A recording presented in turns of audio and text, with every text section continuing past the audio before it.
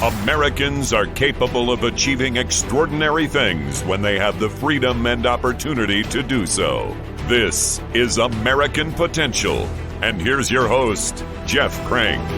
All right, welcome to this episode of the podcast. Appreciate you being with us. And as always, thanks for following us on social media, following us on Facebook and Twitter. And you can catch us on YouTube as well. But thank you for being a part of the great work that we do. And it's just an honor to bring these stories to you. And we continue to do that. We talked a lot about barriers on this program and barriers to that government puts up, whether it's a state government, a local government, federal government. We have also talked about in the past about the Department of Veterans Affairs and some of the barriers that they put up in front of the healthcare needs of our veterans. And it's a shame, and not a shame, it's a tragedy that in many cases we're not treating veterans the way that we should. We've had Concerned Veterans for America on this show before to talk about the work that they're doing to keep the Department of Veterans Affairs accountable by making sure that they're following the Mission Act. We've talked about that, which allows veterans to get community care, which means care at a non-VA facility if they meet certain criteria. And we've heard from Navy veteran Nate Banks about his experience getting the VA to follow the Mission Act and how he had to fight for the care that he needed to remove a tumor. And we did that on a previous episode. On today's podcast, we're going to talk to another veteran about their experience with the VA, but from a different angle, because she used to work for the Department of Veterans Affairs, the VA. And after her military service, Jessica Villarreal had the opportunity to work for the VA, which was her dream job because she has a passion to be able to help fellow veterans. And her dream as a social worker at the VA only lasted 3 years because it became literally a hostile work environment. Jessica is our guest today, and she's going to tell us about the government barriers that she faced working for the VA and what she had to do to get the care her patients needed. Jessica, thanks for being with us. Oh, thank you for having me. Yes. So first of all, you're an Army veteran yourself. We were talking before the podcast started. You married a Marine. So I'm sure there's some service rivalry in the household. Is that right? That's surely right. A house divided, as one would say, all the time. That's right. So who wins the most of the battles? Is it the Army or the Marine Corps? Well, if you were to see my house and you see whose flag is there, it's the Marine Corps, not the Army. Okay. Well, I understand. So it's got a little bit of a Marine Corps motif. It sounds like in your house, right? Absolutely. There you go. Well, service rivalries are great. My father-in-law was Army. He was a West Point grad. And so my family's kind of an Army family because of that. And my dad served in the Navy in World War II. So I understand that service rivalry that goes on. But it sounds like you guys kind of take it to a different level at your home, right? Oh, absolutely. That's great. Well, let's talk a little bit about your service in the military. You were in the Army, and so I'd love to kind of lay that foundation and talk about that first. Yeah, so I was graduated high school at 16, and as soon as I turned 17, I made the choice to serve my country and went to a recruiter, and shortly after I left to the military. I did 6 years on active duty with 10th Combat Aviation Brigade out of Fort Drum, New York. I did 2 combat tours where I provided support during combat operations in Afghanistan and Iraq. And I got out of the Army in 2010, and I made South Texas my home. Awesome. Well, first of all, thanks for your service to your country and to the U.S. Army. Appreciate that.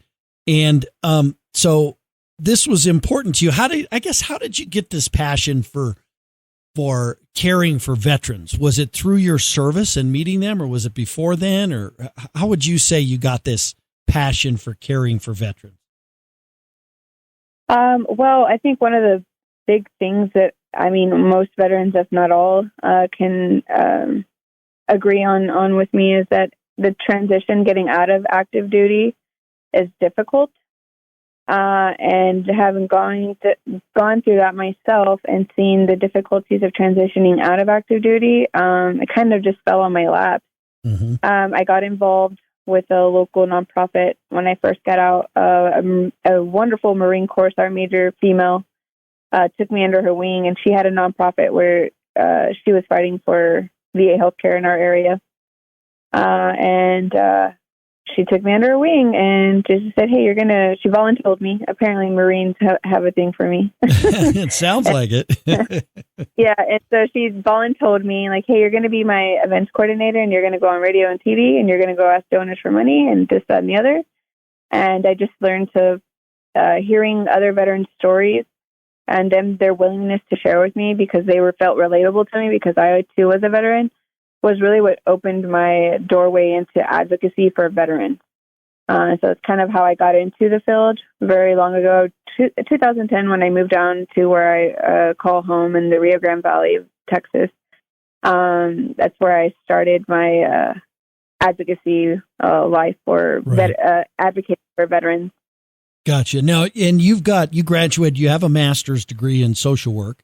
You're working on a PhD. And so I'll have to call you doctor then, right? But not until then, I guess. What is it about being a social worker that's important to you? Well, everybody has a reason as to why they go into the field they go into. And for me, again, I knew that I was going to be a social worker because I wanted to advocate for veterans and veteran issues. Again, being a veteran myself and being married to a veteran, it was very important for me to offer that person that veterans could feel relatable to, right? Again, navigating the VA can be a tricky system. And so just being that person that they were able to reach out to was my goal always, was to be able to be available to my veteran brothers and sisters in my community and help them navigate transitioning back into civilian life as best as I could, and to help them and to just lead them and guide them, because it's one of those things where you got to ask another veteran to kind of help you when you're transitioning back into civilian life. Yeah. We help each other out. Right. Now, so that's why you went to work for the VA and you didn't go to work at, private practice or anything. You wanted to help veterans, right? Mm-hmm. That was my whole goal. My whole goal is to work with veterans. And that was the population. Clearly, it's still my population of choice, and it's my passion is helping veterans. I think no one can help a veteran better than their own kind and all, in my personal opinion, right? But definitely it helps to be a veteran to help another veteran out. So how did you feel when you got this job at the VA? It must have been kind of your dream, right? Because if you want to help veterans, it seems like that's the place to go, right? Yeah. I mean, at the moment, it was my dream, right? Because again, that was my whole goal, was to get into the VA, to be that person for veterans, to be relatable to them when they would come in and felt like nobody could understand them. They had somebody that did genuinely understand, because I've walked the walk. I've been overseas. I mean, I've not done what a lot of them done, but I get the general concept of what it is to be in a combat zone, to be in another country, to serve my country, to dedicate my life to a greater cause, is keeping our front side protected, right? And so it was a wonderful experience being able to be that for veterans while I was there. Yes. Right. Okay. So you started working there, and then you started to realize or notice that veteran care didn't seem to be the focus at that facility, right? Yeah, absolutely. And I don't think it's just our facility. I think it's at a lot of facilities. Mm-hmm. So you'll find when you encounter, what I would see is like, I was getting told like, hey, you need to see more patients. And I'm like, well, I mean, so what do you want me to do? Well, you need to be seeing them for 15 minutes. And I'm like, 15 minutes? That makes no sense to me. So my job as a case manager, my job is to see a patient, to make sure that all their issues are being addressed and address them there and then. A one-stop shop. And I was like, no, well, they can come back again. They can come back again. And to me, that's like counterintuitive. It's like, I'm not really helping the veteran if I'm only working on one issue and I'm some of these veterans they're on fixed incomes. And so how can you really help a veteran when you're kind of stressing them out even more, making them come back and making them come back and making them come back? Well, and not only are some of them on fixed incomes, but, VA facilities are in certain places in the country, and you have a lot of veterans that they'll drive hours and hours to get care at a VA facility, right? Correct. Yeah. And then just to be notified that, hey, your appointment got canceled is like and that's something that I would encounter. It's like where veterans are like, I want to see my social worker. And I was pretty good about not turning away a patient. I had a hard time saying no, if we're being honest, because again, it was my passion and I just wanted to help everybody. Right. Well, and again, it sounds like they were driving towards making sure that they got more veterans through the system so that they could report up through the VA that they helped X number of veterans, but they weren't really helping them. It was kind of a numbers game, it seemed like, right?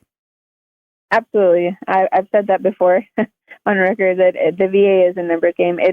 You got to see it as like an assembly line, essentially. Like we're just a number and we're just going through a system. And again, like you mentioned, it's for funding purposes, I would assume. I mean, I'm making an assumption, but it's just like how many numbers, and numbers. And it's sad because, I mean, unfortunately, veterans don't get the care they need. And it's like, hey, my life is more valuable than just a number. And unfortunately, many veterans are failed by the system because they're just seen as a number. Mm-hmm. Right. Well, and not just the numbers aspect of this, and they were getting pressure from the VA, from members of Congress, and from veterans and veterans advocacy groups to be a better system, provide and deliver better health care, and they interpreted that as, well, we just need to almost justify our existence by saying, hey, we're helping this many veterans, and the only way they could do that was not really help them, but just reduce the amount of time that veterans were getting to spend with providers, it seemed like, within the VA system. Yeah, that sounds about accurate. I can't really speak for the reasoning behind, right? Right. I was a workhorse, if you will, which I loved, and serving my fellow brethren and sisters. But essentially, it was just one of the things like, hey, you need to see more numbers. And it was just always like about numbers and making sure you met your numbers and the quota that you need to be meeting. And again, for me, it's like counterintuitive to just see a person for 15 minutes. Like, what can you really accomplish in 15 minutes? Not much. And commonly another thing you would hear is like, what am I supposed to choose to work on when I have so many issues, right? Many veterans have complex issues. It's not just one simple issue that we can fix. It's a compounding factors that we're talking about of veterans and their issues. Well, wouldn't it be great if we all lived in a world where our problem could be fixed in 15 minutes? But we don't, right? And especially if you're a veteran and it is very, very complicated and complex.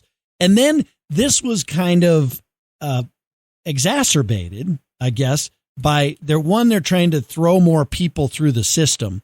But it seems like they were also trying to justify the existence of the VA system by trying and resisting the implementation of the Mission Act.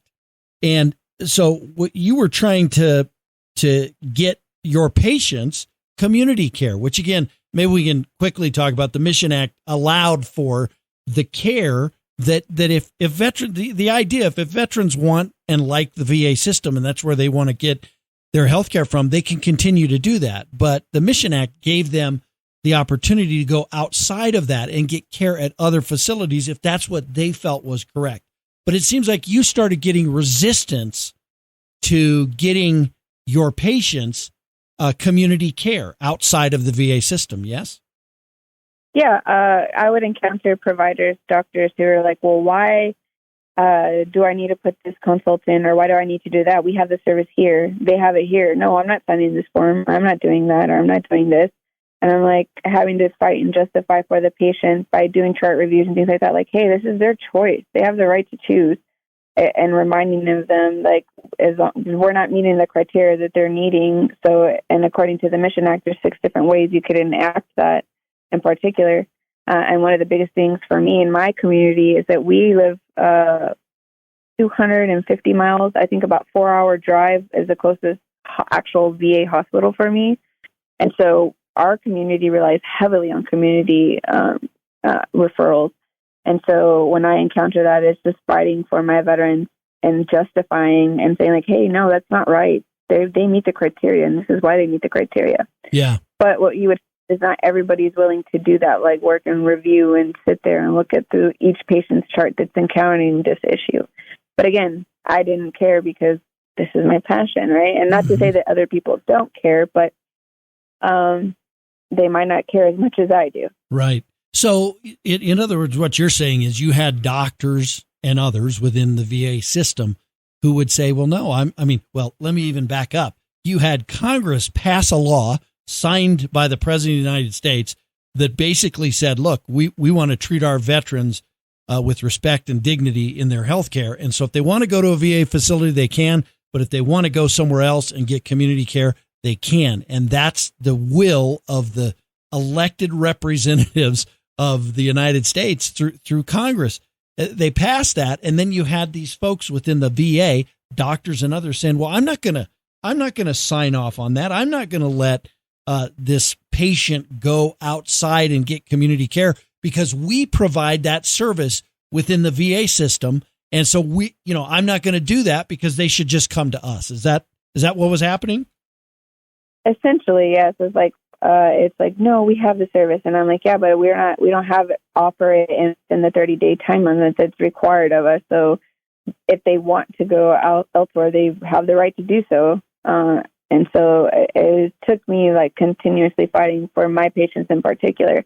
And there was a couple of other social workers who had the passion that were not veterans, that are not there either any longer. Mm-hmm. But it definitely just depended on if you were willing to go to bat for that patient or not. Yeah. I think people listen. I think people hear this, Jessica, and they think, gosh, I mean, the VA is supposed to be there for the veteran. They're supposed to be there to help the veteran get health care. And then when you hear stories like this, it makes them wonder if that's really what the VA in those instances was about. I'm not saying that they aren't. There's very good people, obviously, that work for the Veterans Administration and good doctors and good providers who are trying to do that.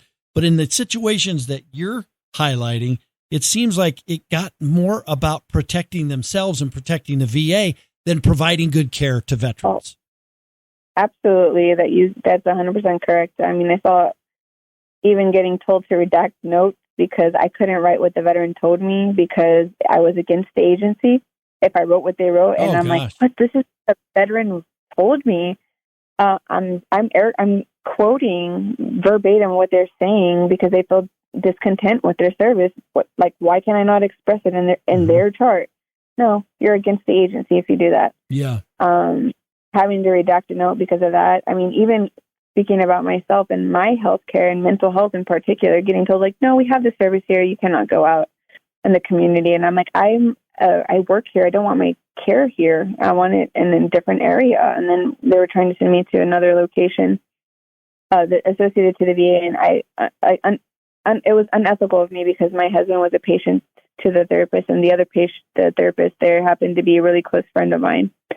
And so it was like, well, then, I don't know what to tell you. And it's kind of sad. It's like, okay, I need mental health too. And I didn't have a trust with them at all. And so the request for mental health was denied to be seen outwardly. So where I was paying out of pocket for quite a while and a lot of money for mental health until I got insurance, private insurance, thankfully, with Concerned Veterans for America, mm-hmm. and was able to start paying less out of my pocket. But right. I mean, it's a very common thing to see in the VA is veterans having to fight for what they earned. Right. So there was an incident that just kind of made you start questioning whether you should continue to work for the VA, right? I think there was a lot of incidents that I had really made me question. What brought you over the line to realize, look, I can't keep keep working here? The consistency of how veterans are treated. Mm-hmm. I'm like, this is unacceptable to me as a veteran, and thinking like, oh my God, like it's not okay to be treated the way I'm being treated as an employee veteran. Seeing patients having to fight tooth and nail for what they need, me trying to help them, having to jump through hoops. Seeing like if I as an employee had a hard time getting veterans what they needed, imagine they don't have me and they're just on the other side of the field, I guess, if you will, mm-hmm. Trying to navigate the system. It's worse for them. And if, again, me being an employee, and if I was having a hard time getting them what they needed, it's that much worse for them that don't have the advocacy that I was able to provide. Sure. So, I mean, obviously, I'm sure you saw good people within the VA system trying to provide that, but with every bureaucracy, I'm just going to say that's what the VA is. That's, in a lot of ways, that's what the Army is, right? When you were in the Army, I'm sure you dealt with a lot of bureaucracy.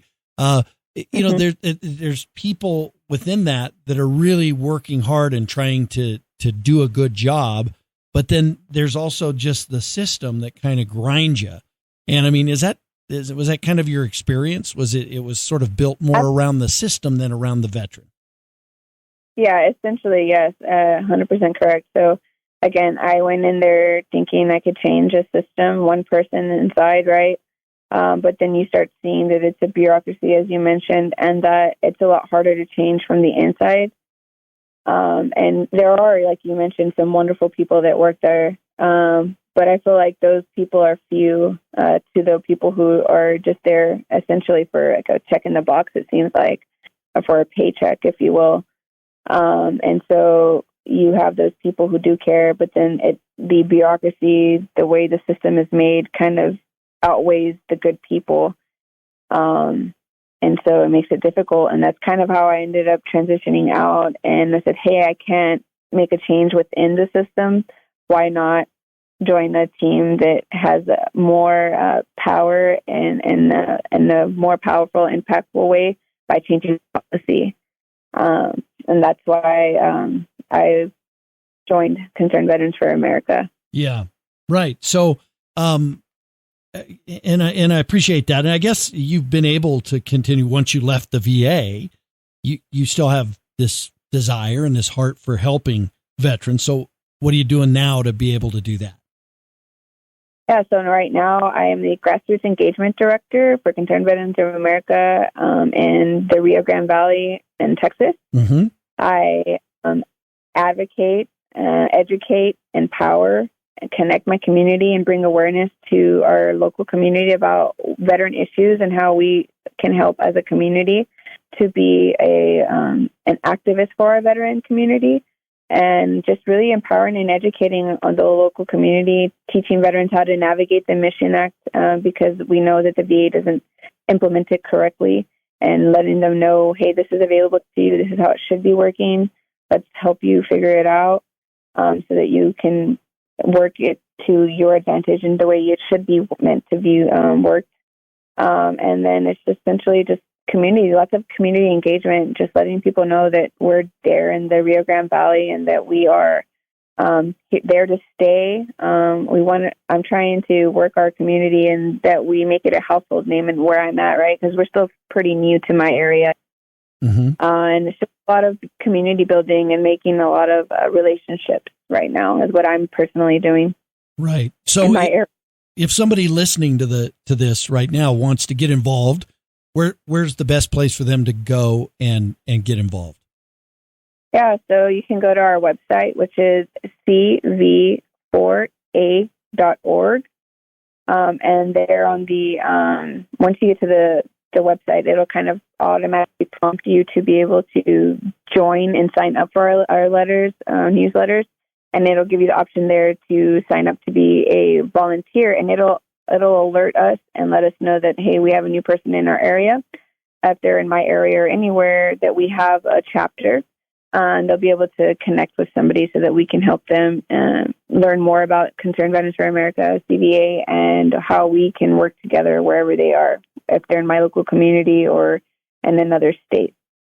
Well, Jessica, I appreciate you taking some time to join us and kind of tell us this story. And again, these are very frustrating, and especially when we're talking about dealing with veterans, and we should be providing the highest quality care possible to them. But I want to thank you for all the great work that you're doing. And it seems like you still got a big battle at home between the Army Marine Corps rivalry there. So I don't know. You probably learned some good skills in managing that when you were working at the VA, right?